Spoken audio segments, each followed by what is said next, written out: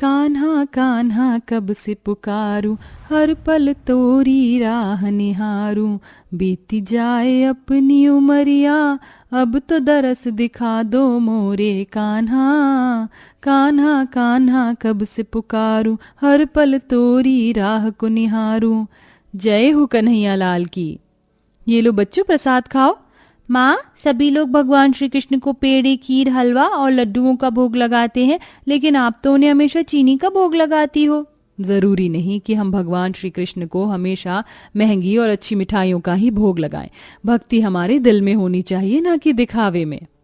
एक तरफ गरीब परिवार में पैसे न होने की वजह से गायत्री हर रोज भगवान श्री कृष्ण की पूजा में उन्हें मामूली चीनी का भोग लगाती थी।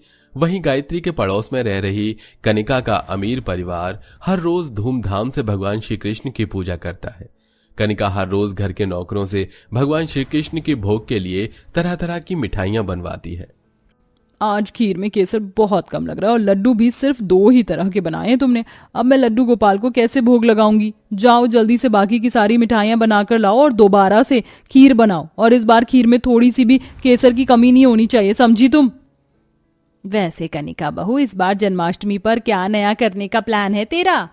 माँ जी, मैंने तो सोच रखा है कि इस बार जन्माष्टमी पर हम खुद का दही हांडी उत्सव आयोजित करवाएंगे और जीतने वाले को पूरे 1 लाख का इनाम देंगे। वैसे भी हमारे पास पैसों की कमी थोड़ी ना है। वैसे मैं इस बार सोच रही थी कि मैं जन्माष्टमी पर सोने और हीरे से जुड़ी हुई भगवान श्री कृष्ण की प्रतिमा लेकर आऊंगी और उन्हें सोने की पालकी में बिठाऊंगी। देखना कैसे हमारे आसपास के सभी पड़ोसी ये सब देखकर जल जाएंगे। अरे वाह माँ जी, आपका ये आइडिया तो मेरे आइडिया से भी बहुत ज्यादा अच्छा है। यही मौका है अपने सभी पड़ोसी और रिश्तेदारों को जलाने का। जहां एक तरफ ये अमीर परिवार जन्माष्टमी पर दिखावा करने के लिए इतने सारे पैसे खर्च करके जन्माष्टमी की तैयारी कर रहा होता है, तो वहीं दूसरी तरफ तुझे पता है ना जय, अगले हफ्ते जन्माष्टमी है और इस घर में इस बार जन्माष्टमी के लिए कुछ भी नहीं है। हर साल हम यूं ही रूखी सूखी जन्माष्टमी मनाते हैं। हमारे बाल गोपाल का कितने सालों से यही एक पालना है जो बिल्कुल टूटने को हो रहा है। अगर तू शाम को कुछ पैसे ले आएगा तो हम बाल गोपाल के लिए एक नया पालना और उनके लिए कुछ नए कपड़े ले आएंगे। ठीक है माँ, मैं सेठ जी से कुछ पैसे ले आऊंगा। जय अपने सेठ से जन्माष्टमी मनाने के लिए थोड़े बहुत पैसे मांगता है, लेकिन सेठ उसे पैसे देने से साफ इनकार कर देता है। लगता है इस बार भी हमारी जन्माष्टमी यूं ही रूखी सूखी गुजरेगी। हर किसी के घर में जन्माष्टमी को लेकर कितनी जोर शोर से तैयारी चल रही है और एक हमारे ही घर में इतना सन्नाटा छाया हुआ है। माँ जी, आप ऐसे उदास मत होइए। आप देखना, हम जन्माष्टमी जरूर मनाएंगे, वो भी बिल्कुल अच्छे से। गायत्री की बात सुनकर गरीब परिवार के चेहरे की परेशानी थोड़ी कम तो होती है, लेकिन ये सभी जानते थे कि बिना पैसों की जन्माष्टमी मनाना उनके लिए मुमकिन नहीं है।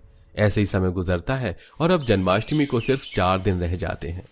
ये कैसे फूलों से तुम मंदिर को सजा रहे हो? हटाओ ये गेंदे के फूल और जाकर गुलाब के फूल लेकर आओ। और ये क्या, अभी तो मंदिर में तुम लोगों ने लाइट भी नहीं लगाई। ये सभी तैयारी मैं इस साल की जन्माष्टमी के लिए करवा रही हूँ, अगले साल की जन्माष्टमी के लिए नहीं। जल्दी जल्दी हाथ चलाओ। ये क्या, तुम लोगों ने बस अभी तक 20 तरह की मिठाई तैयार करी है। मैंने पूरी 56 तरीके की मिठाई कही थी और नमकीन पकवान बनाने तो तुमने शुरू ही नहीं किए। अभी तक जन्माष्टमी के दिन तक सारी चीज समय से पूरी हो जानी चाहिए, समझे तुम लोग? जहां एक तरफ अमीर परिवार जन्माष्टमी की तैयारी में किसी भी तरह की कोई कमी नहीं छोड़ रहा था, वहीं बेचारा ये गरीब परिवार चाहकर भी जन्माष्टमी की कोई तैयारी नहीं कर पा रहा था। माँ देखो ना, बाहर सभी लोग जन्माष्टमी की कितनी अच्छी तैयारी कर रहे हैं और एक हम हैं बस यूं ही बैठे हैं। क्या हम कोई तैयारी नहीं करेंगे? हमारे घर पर पकवान नहीं बनेंगे? पता नहीं बेटा, अब ये तो कन्हैया जी जाने इस साल भी हम लोग जन्माष्टमी मना पाएंगे या नहीं।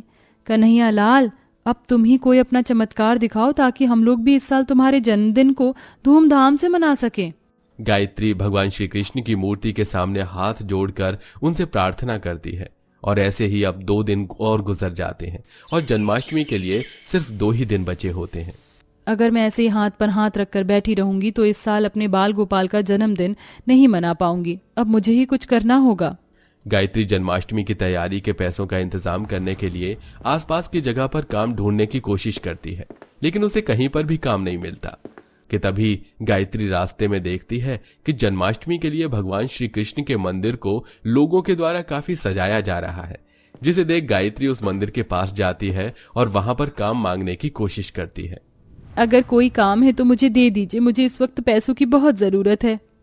अरे काम तो है, तुम्हें इस मंदिर की अच्छे से साफ सफाई करनी होगी। उसके बदले में मैं तुम्हें पूरे 500 रुपए दूंगा। 500 रुपए का नाम सुन गायत्री काफी ज्यादा खुश हो जाती है, जिसके बाद अब गायत्री उस बड़े से विशाल मंदिर को कई घंटे की मेहनत लगाकर अच्छे से साफ कर देती है, जिसके बदले गायत्री को 500 रुपए मिलते हैं।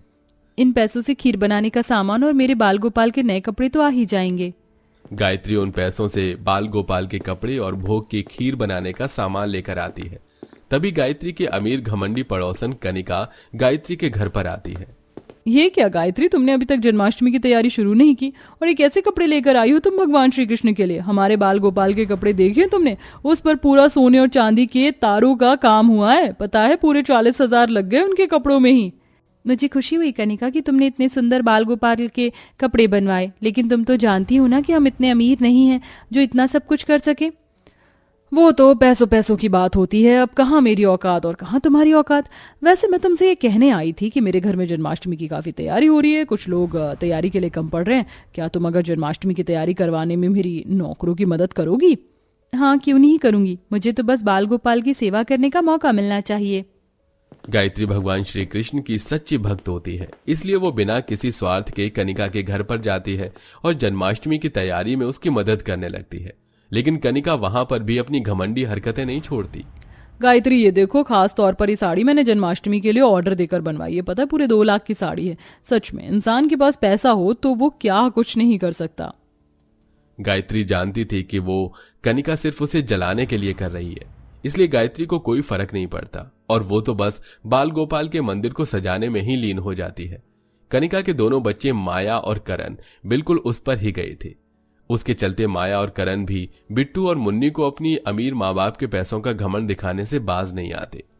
ये देखो बिट्टू, मुन्नी, जन्माष्टमी पर हमारे मम्मी पापा ने हमें कितने सुंदर कपड़े दिलाए हैं, हम तो कल इन्हें ही पहनकर जन्माष्टमी मनाएंगे। ये तो बहुत सुंदर कपड़े हैं, काश हमारे माँ बाबा भी हमें ऐसे ही कपड़े दिला पाते। इतने अच्छे और महंगे कपड़े खरीदना और किसी के बस की बात नहीं होती। वो तो हमारे माँ बाबा अमीर है ना, इसलिए वो इतनी अच्छी और महंगी चीज खरीद सकते हैं। तुम्हारे मम्मी पापा की तरह अब हमारे मम्मी पापा थोड़ी ना इतने गरीब हैं। माया और करण की बात सुन बिट्टू और मुन्नी काफी ज्यादा उदास हो जाते हैं और ऐसे ही अब ये दिन भी गुजर जाता है और आज जन्माष्टमी का त्योहार होता है। गायत्री सुबह सुबह उठकर अपने परिवार के साथ नन्हे बाल गोपाल को अच्छे से स्नान करवाकर उनके लिए लाए हुए नए वस्त्र उन्हें पहनाती है और साथ ही चीनी और दूध की खीर बनाकर उन्हें भोग भी लगाती है। जिसके बाद अब पूरा परिवार मिलकर भगवान श्री कृष्ण के गीत गाता है और उनकी अच्छे से पूजा करता है। हे मुरली मनोहर, मैं जानती हूँ कि आज सभी अमीर लोग बड़ी धूमधाम से तुम्हारी पूजा कर रहे हैं। लड्डू, बर्फी और न जाने कितनी अच्छी अच्छी मिठाइयों का तुम्हें भोग लगाया जा रहा है। सोने के पालने में लोग तुम्हें झुला रहे हैं और मैं यहाँ दूध चीनी को खीर का भोग तुम्हें लगा रही हूँ। जानती हूँ कि मेरी हैसियत उन लोगों की जितनी नहीं है और मैं ना ही उनके जितना तुम्हारे लिए कर सकती हूँ, पर मेरे और मेरे परिवार की भक्ति उनसे कम नहीं। मुरली मनोहर, हमारे साथ साथ हर किसी पर अपनी दया दृष्टि बनाए रखना। जहां एक तरफ कम पैसों में भी ये गरीब परिवार हंसी खुशी जन्माष्टमी मना रहा होता है, तो वहीं दूसरी तरफ अरे वाह, ये मिठाइयाँ कितनी स्वादिष्ट हैं, आज तो मैं ये सारी मिठाइयाँ खा जाऊंगा। कनिका ने जहां जन्माष्टमी के लिए सारी मिठाइयां बनवा कर रखी थीं, वहां जाकर एक छोटा सा बच्चा उन मिठाइयों को खाने लगता है, जिसे देखकर कनिका, ए बच्चे, कौन है तू और तेरी हिम्मत कैसे हुई मिठाइयाँ खाने की? ये मैंने भगवान श्री कृष्ण के भोग के लिए बनवाई हैं, ना कि तुम जैसे गरीब बच्चों के लिए। लेकिन बच्चे तो भगवान का रूप होते हैं ना, उसे कन्हैया ने खाया था या मैंने, बात तो एक ही हुई। 4 फुट का हुआ है नहीं, और जुबान देखो कैसे चल रही है तेरी, अभी बताती हूँ तुझे। कनिका उस बच्चे का कान पकड़ती है और उसे खींचते हुए अपने घर के बाहर निकाल देती है, जिसके बाद अब वो बच्चा मुस्कुराता है और देखते ही देखते भगवान श्री कृष्ण का रूप ले लेता है। वाह, क्या दुनिया है, मेरे लिए ही ये सब कुछ बन रहा है और मुझे ही खाने नहीं दे रहे हैं। ये कहते हुए भगवान श्री कृष्ण हंसने लगते हैं। लोग चाहे अपनी असलियत एक दूसरे से कितना ही छुपा लें, लेकिन भगवान श्री कृष्ण से वो छुपाए नहीं छुपते। गायत्री और उसके परिवार की प्रार्थना, सच्ची भक्ति भगवान श्री कृष्ण स्वीकार करते हैं और उनके जीवन से सारे कष्टों को हमेशा हमेशा के लिए दूर कर देते हैं। लेकिन वहीं कनिका और उसके पूरे परिवार को अपनी झूठी भक्ति के दिखावे का फल मिलता है और कनिका के पति अनुराग का बिजनेस में काफी लॉस हो जाता है और अब देखते ही देखते वो पूरा अमीर परिवार अपनी करनी के चलते सड़क पर आ जाता है।